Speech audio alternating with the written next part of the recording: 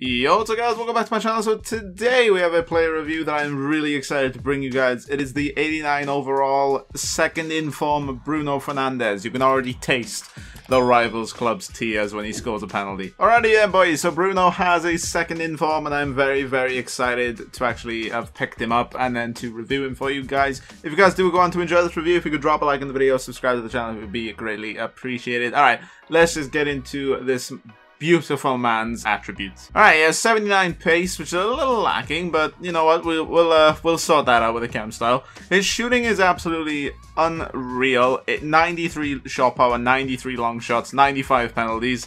I'm a little annoyed that's not 99, but you know, we'll take it where we can. 81 finishing, 87 positioning. His passing is incredible, 92 vision, 90 short pass, 89 long pass, and 89 crossing. His dribbling is really good as well. He actually has an 88 dribbling stat, 89 composure, 91 ball control, 89 reactions. Defending, not really much to write home about in defending, but in physicality, he does have 97 stamina, which he's definitely showed this season just because Man United just cannot play without him at the moment. Alright boys, so just to give some history on me using Bruno in this game, I've played close to 200 games with the 87 overall Bruno Fernandes.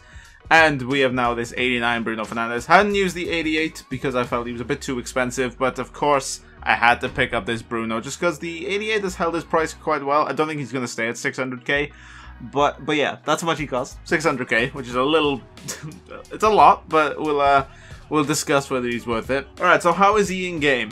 He is absolutely incredible. I'm going to try and take all the bias I have out of him. The fact he is my favorite player in the Man United team at the moment.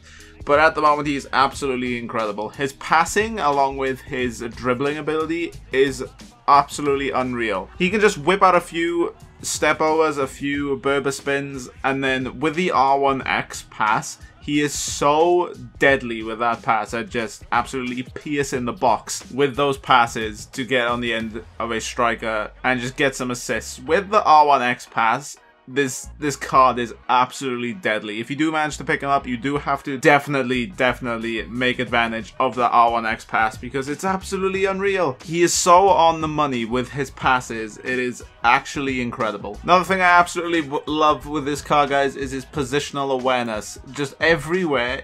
I'll explain, obviously, my tactics and my player instructions later on in the video, but in terms of his pure positioning, he's always in the correct spot every single time I need him. Every time I clear the ball, he's always there ready to receive the ball, to make a long-range pass, to dish off to another player, and continue his run. Everywhere I need Bruno, he's always there. Of course, the 97 stamina is always a wonderful thing. He basically never gets tired in the team. And in my current instructions, I have players running like there's no tomorrow. So yeah, he definitely really doesn't get tired whatsoever in game, which is absolutely tremendous. If you guys are seeing in some of the clips, obviously I make heavy emphasis on the R1X pass. As you've seen in some of the clips, obviously, that I'm showing you, when you can perform them well, and you turn really well with the player that you're receiving the ball with, it's pretty much then just what it boils down to is as your attacker receives the ball, it's one touch and then shoot. And it's, yeah guys, again, a heavy emphasis. If you're picking up this card,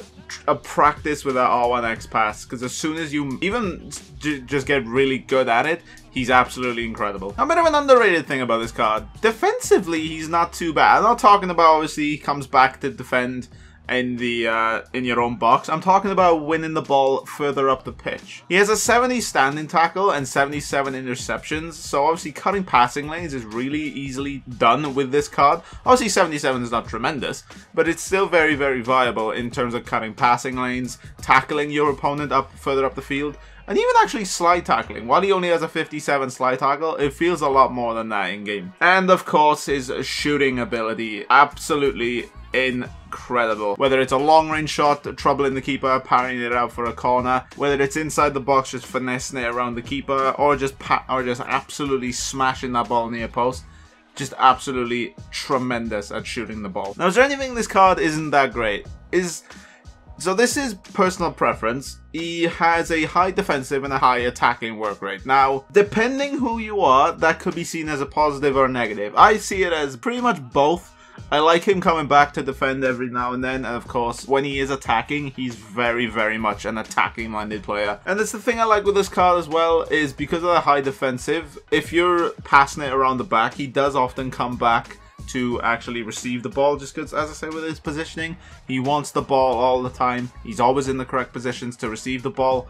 He's always very ball hungry. In terms of an actual iffy thing I have with this card, he's not a very strong player, which I'm sure you guys are aware of. He's only 5'10", he has 69 strength, which definitely isn't ideal, but it's a very much a minor nitpick. I don't really have too much of an issue with him, just because of how good he is at doing skills with step overs, Berber spins, roulettes, all Ronaldo chops. How good he is at doing skills, he can very easily just do a quick step over, run the other way, and get past a defender.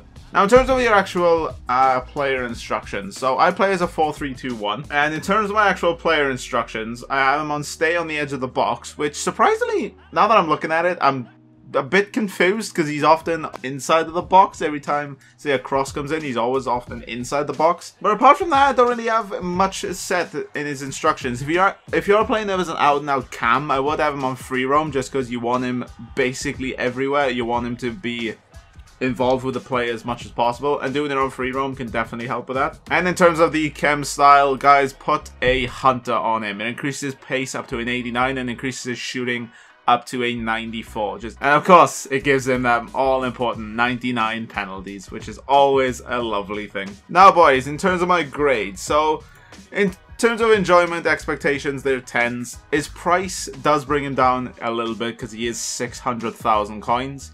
But overall, I think if you have the coins to splash, definitely go pick up a Bruno because he's absolutely phenomenal. Definitely 100% recommend if you definitely have the coins. If you only have 600k on you and you need to upgrade the rest of your team, I really wouldn't recommend Bruno. I'd say pick up his regular card because his regular card is still tremendous as well. But yeah, overall can definitely recommend this card if you need a cam or even just a center mid. Obviously, he's not going to be your tank of a center mid, definitely more of your creator's center mids, but you can definitely play at center mid. But yeah, if you have the coins and you need a cam and everywhere else in your team is sorted, go pick up yourself a Bruno Fernandes. Alright, boys, that's it for the video. If you have enjoyed, please drop a like on the video, subscribe to the channel if you're brand new around here. See you guys later, take care, and peace.